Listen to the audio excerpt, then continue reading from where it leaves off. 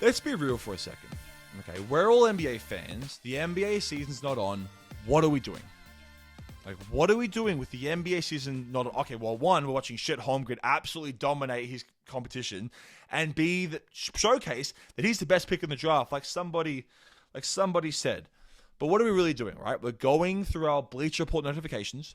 We're going through our Basketball Network social posts, and we are waiting for the Kevin Durant mecha trade. Something that is so awesome it stops the entire league. A Kyrie Irving trade. Something that splits up the Brooklyn Dynamic duo, or something, just an insane trade. Mostly related to Kevin Durant.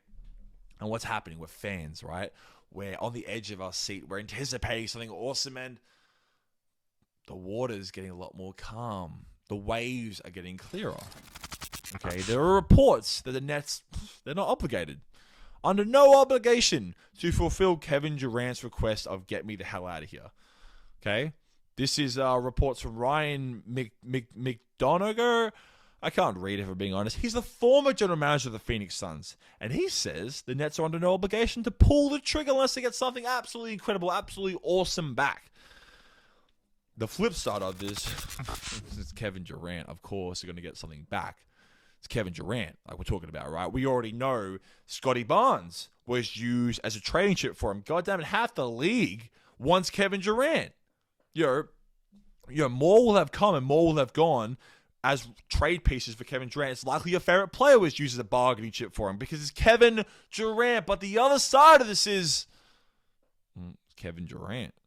The Nets will do anything at all they can not to trade him.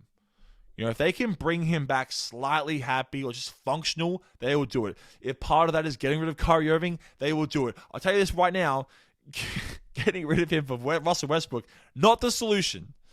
Now, with KD calling for a plane out of Brooklyn to Phoenix, all of a sudden the reality of a Booker-Durant dynamic just becomes a lot more awesome, a lot more realistic, right? A lot more scary. Two amazing, coachable, dependable, reliable scorers. It's becoming real. We know that KD respects Booker. He does. I mean, he not only as a talent, it's an important distinction because he's played with plenty of talent with Kevin Durant. Hasn't gotten very far in a lot of situations. But he looks at Devin Booker as a winning player. That he knows how to win. Russell Westbrook was all talent. The exact opposite, though, of a winning player. It happens. That's why he's won 8 playoff games, surrounded by a lot of talent since leaving KD. Not KD continued to be a winning player. Kyrie Irving, not a winning player. James Harden, this weird post-Houston version of James Harden, not a winning player. So you can say that obviously, KD only won with the Warriors, but he has carried himself like a champ. He has played like a champ. Maybe not led his team like a champ in his captainy role. It's not him. But you're an idiot if you don't think Kevin Durant is a winning player. Is not a winning player. I mean, it's a long race between him and his former teammates, except obviously the Warriors boys down, in Silicon. So to call Booker that, as a player who knows what a winning player is, it's very important. Am I reading too much into this? It's very likely. But no matter how they feel each other, if I'm the Nets, I don't care at all how they view each other. I'm trying to keep Kevin Durant. I'm seeing, and also the way this free agency is playing out, I think the Nets think like I do. They've made some very win now free agency moves with Warren and O'Neal. Get the hell out of here, Andre Drummond. Get the hell out of here, Goran Dragic. You're not contributing to winning right now. Okay? They already bent over. Remember, they bent over, to get James Harden and then shipped him off for Ben Simmons. Okay? Kyrie Irving, who knows with him? I think he's playing this year. Don't quote me on that. Unless he goes on another sabbatical or finds some other thing to martyr over confusingly. Who knows that guy? So if I'm the Nets management, I'm saying to myself, hey, we have a fresh lineup this year. We removed a lot of the problems from last year. Harden, see you later. Sonata, COVID restrictions have eased, which hopefully leads to a lot of Kyrie Irving problems easing. Not going, easing. We are still a top team on the upper echelon of talent. And history says when you get rid of a superstar, you lose your trade. So, Kevin Durant, if we lose you, even if we get youth, we're probably not winning a championship. We have a championship window right now. Who knows what's going to happen with Kyrie Irving? He honestly could retire in the middle of the season, and I wouldn't be totally shocked. So rebuilding, if you have to rebuild around Kyrie Irving, Ben Simmons, and youth or whatever you get, that's worrisome at best and apocalyptic at worst. So knowing they have this window, Kevin Durant is still one of the best 3 players in the league. When on, that is undisputable. You have this wild card in Kyrie Irving. You have this. Can we call him a formidable presence in Ben Simmons? Am I okay to say a formidable presence? You're increasing your depth. This could be the first time, at least in a while, where the NBA just said, "Hey, we have you under contract, man.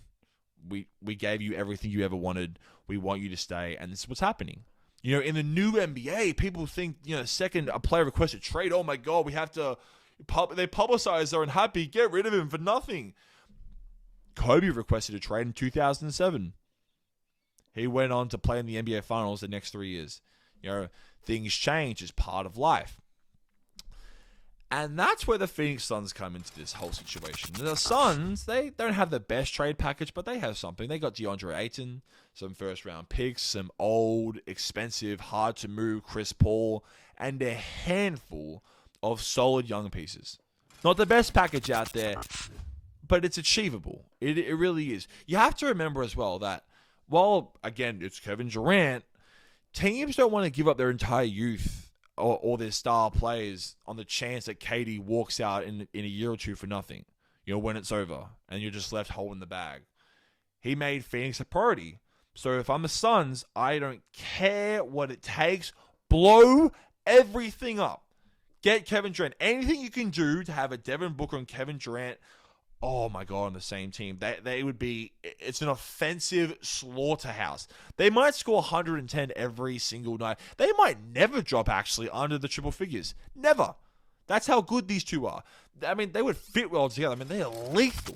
Devin Booker, obviously, he's locked in on a 4-year extension, a nifty $224 million in his bank account. If you can get KD and Devin Booker on the same team, that would be a championship squad. No doubt. No doubt. They would go all the way, in my opinion. They really would. Durant solves a lot of Booker's visibly young guy problems. He had a bad Game 7 against the Mavs. Damn it, Cameron Johnson led that team in points that game with 12 points. So Durant coming in, he gives Booker a bit more time to ease into those moments. And for KD, oh man, Devin Booker can play off the ball.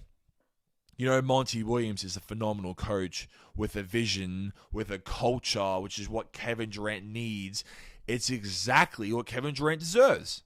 So if you're the Suns, it doesn't matter. Blow it up. Get KD and Booker at any cost. Well, if you can keep Booker, you're going all the way. All right, like and subscribe because we're uploading videos. Oh, that's right. Every single day. Like and subscribe. Thanks, guys. 1.